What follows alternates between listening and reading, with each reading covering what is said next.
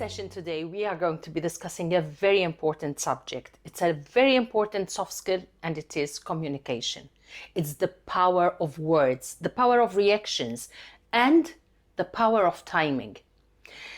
Did you know that 7% of communication happens with words, but the 93%, which is the rest, is communication that is completely non-verbal. The non-verbal part is as important as that which we project.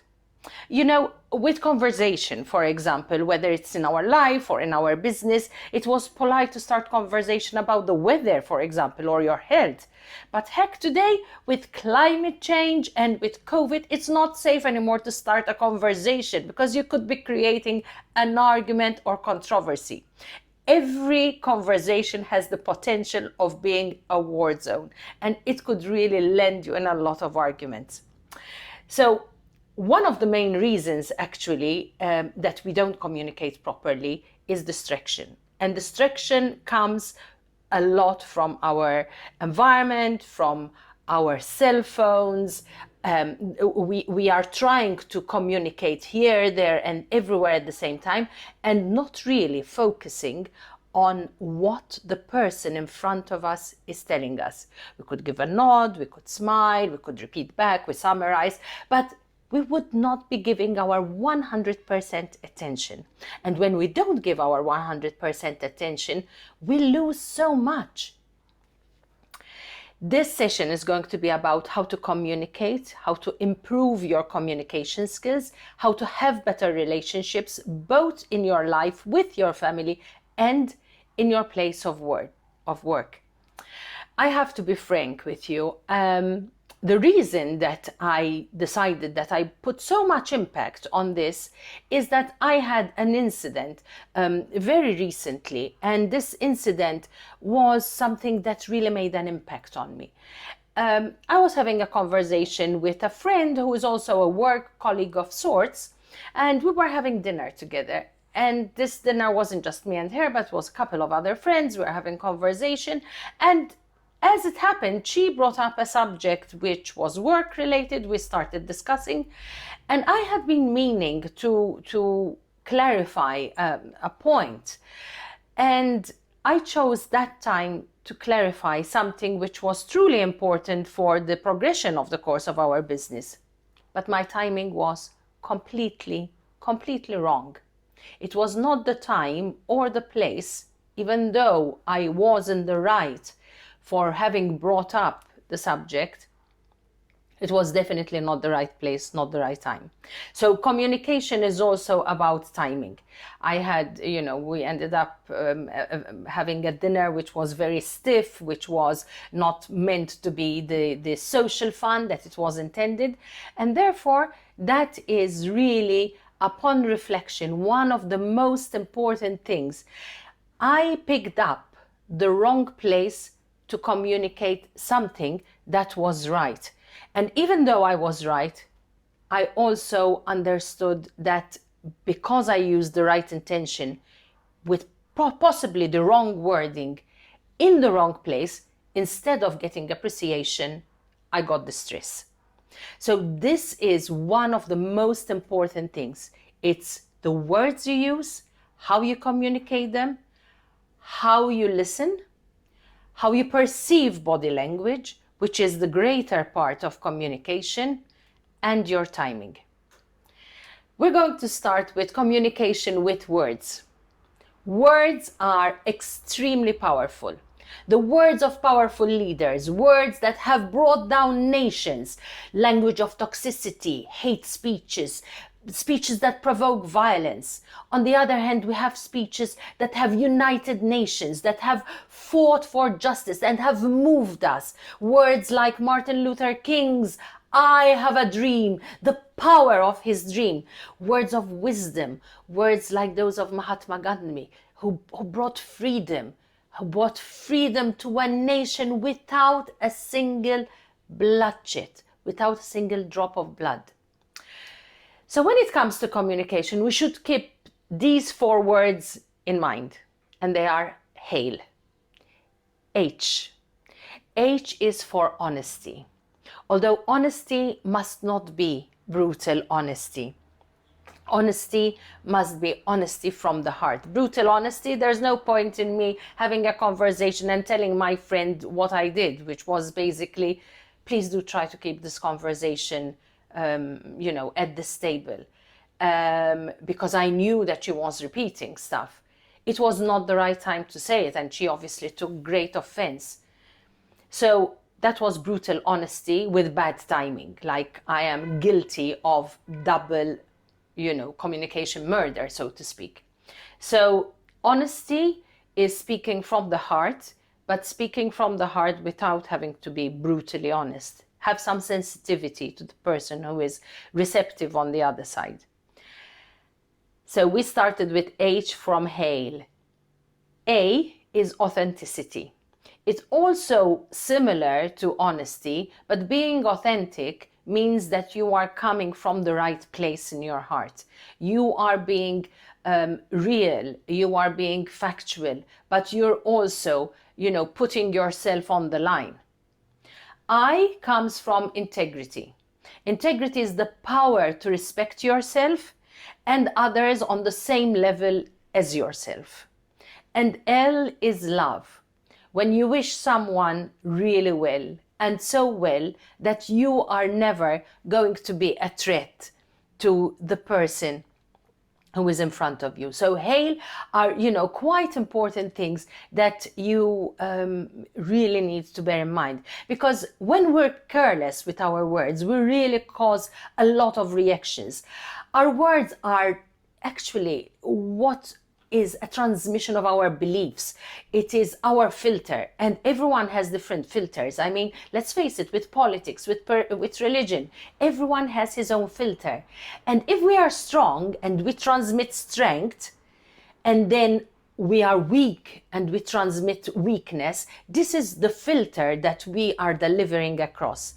Therefore, the way we project is absolutely important. How are we going to project? Are we going to lift up or are we going to talk down? If you're going to lift up, then you had better talk about things that you love, things that you love to do, things that you enjoy doing, rather than talk about things that you hate. If you want to lift up, you should not be talking about problems. Rather, you speak about opportunities. Don't talk about your past, for example, constantly. Rather, speak about your future, because it projects your hope. Don't talk about things that constantly broke your heart. Probably the person in front of you has heard it many times. But rather, speak of matters that open your heart. And don't talk about things that dispirit you. Rather, speak about that what fuels you, what gives you energy. And don't talk about things in your life that are not working, especially in the place of work. Rather, speak about achievements with enthusiasm, pain and pleasure. Avoid the language of victimhood and choose the language of enthusiasm. If you talk about it, you will feel lifted and you will act positive. And I am sure that you will hear this so many other times during this course. We are the story that we tell ourselves. And when we reaffirm our beliefs, we start living it. Remember, we are built to be leaders. We should not have the disease of victimitis. So get your words right.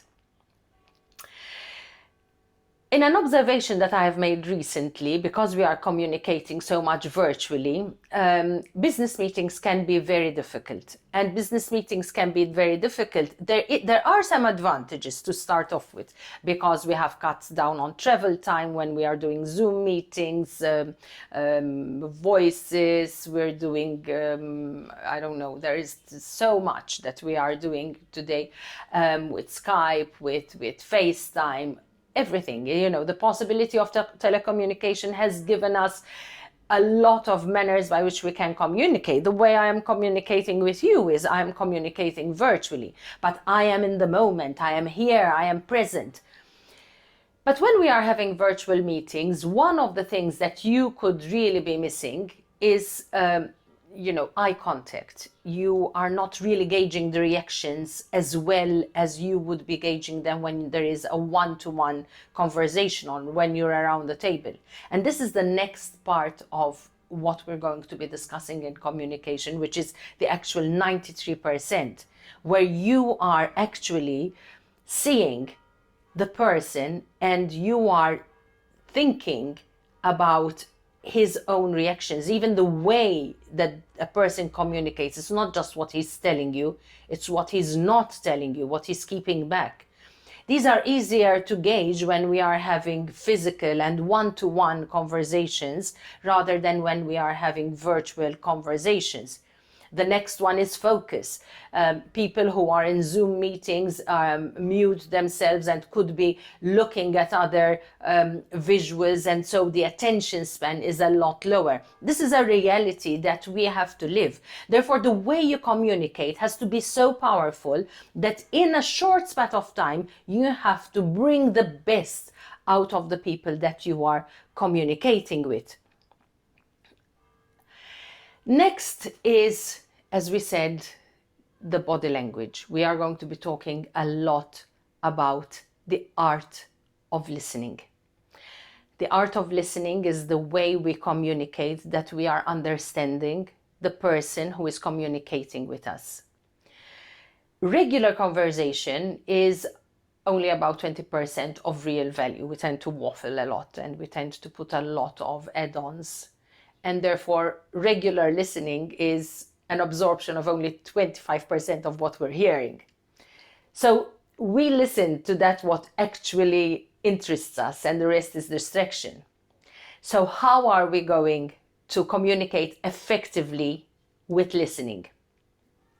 First of all, when we listen, we need to listen intently. So we really get the sense of what the other person is saying, and more importantly, what lies beneath, what they are actually not saying. We respond with body language. We connect with empathy. As I said earlier, we need to avoid distractions from other projects, people calling in. If we need to focus, we need to remove our distractions, remove our phones, remove anything that is not a priority. Watch out for facial expressions and body language. They tell us a lot about ourselves as well as about the person that we're communicating with. Did you know that 43% of our face is made of facial muscles? Therefore, we give different reactions constantly. The way we raise our eyebrows, the way we even put our hand on our face, the way we twitch our nose, the way we smile. These are all part of communication, and we need to be very conscious and watch our subconscious when we are communicating in this manner. Again, attention to facial expressions can teach us so much about the person in front of us and what he is actually saying and what he is actually not saying but implying. As I said, body language is also very important. The way we cross our legs, the way we hold our hands, if our back is slouched, if our back is straight. It gives us a lot about how we're communicating. And finally, there is touching. When you want to respond thoughtfully and honestly, you reach out and do a physical contact. When you want to show empathy, you touch someone on the shoulder, very soft, very subtly, but it communicates something very important. Buddha said something which is quite interesting, and basically he said, if your mouth is active, it means that you're not learning. This is, quite interesting. Someone else said also, I'm trying to remember this, I can't remember who said it, but it was, do you know anyone who's listened himself out of a job? So listening is really important. So listen with intent, listen with understanding, rather than with the intent of replying. I'm going to give you a few tips on how to be able to have a better conversation. These are about 7 or 8 tips, which are all really quite important. One is, has weight more than another. So the first one is don't multitask. Set away distractions, be present, be in the moment, and don't be half in, half out, as I've already said before. The second one is don't pontificate. If you want uninterrupted conversation with no one contributing back, write a blog or a vlog and, just leave it at that. This is communication. The third one is true listening is setting aside of yourself, your personal opinion, and being receptive. Everyone you meet knows at least on one subject a lot more than you do. So listening to him is very important. The fourth one is go with the flow. Don't ask questions out of nowhere. Don't start forming ideas of how you're going to reply before the other person has finished the conversation. So it's very important to go with the flow. The fifth one is, if you don't know about something, be honest and just say that you don't. It is better to err on the side of ignorance rather than err on the side that you are trying to, pontificate something to someone about something that you don't really understand. The sixth one is, don't equate their problems and conversation to yourself. So if someone has a problem, don't talk about your problem. Don't try to make his problem less important by saying that something similar happened to you, which was bigger and badder, or bigger and better. It is not about you. Listening to conversation is not about you, but it is about the other persons. And remember, conversations are not a promotional opportunity. It is not ethical to be speaking constantly about yourself, rather than you should be listening to the other person. Finally, try not to repeat yourself and don't start a conversation in many different ways. I'm sure you've experienced this. Some people have this incredible ability of starting and finishing a conversation and immediately restarting the conversation in different words. And it would be the same content, the same meaning, the same everything. That's very annoying. Also remember that names and dates don't really matter. The core essence is the details of what it is that you are saying. And finally, listen. I cannot emphasize, if your mouth is open, you are not actually listening. And I leave you with a last cute one. Remember to be brief. A conversation should be like a miniskirt. It should be short enough to retain the interest and long enough to cover the subject. I will be meeting you in the next session.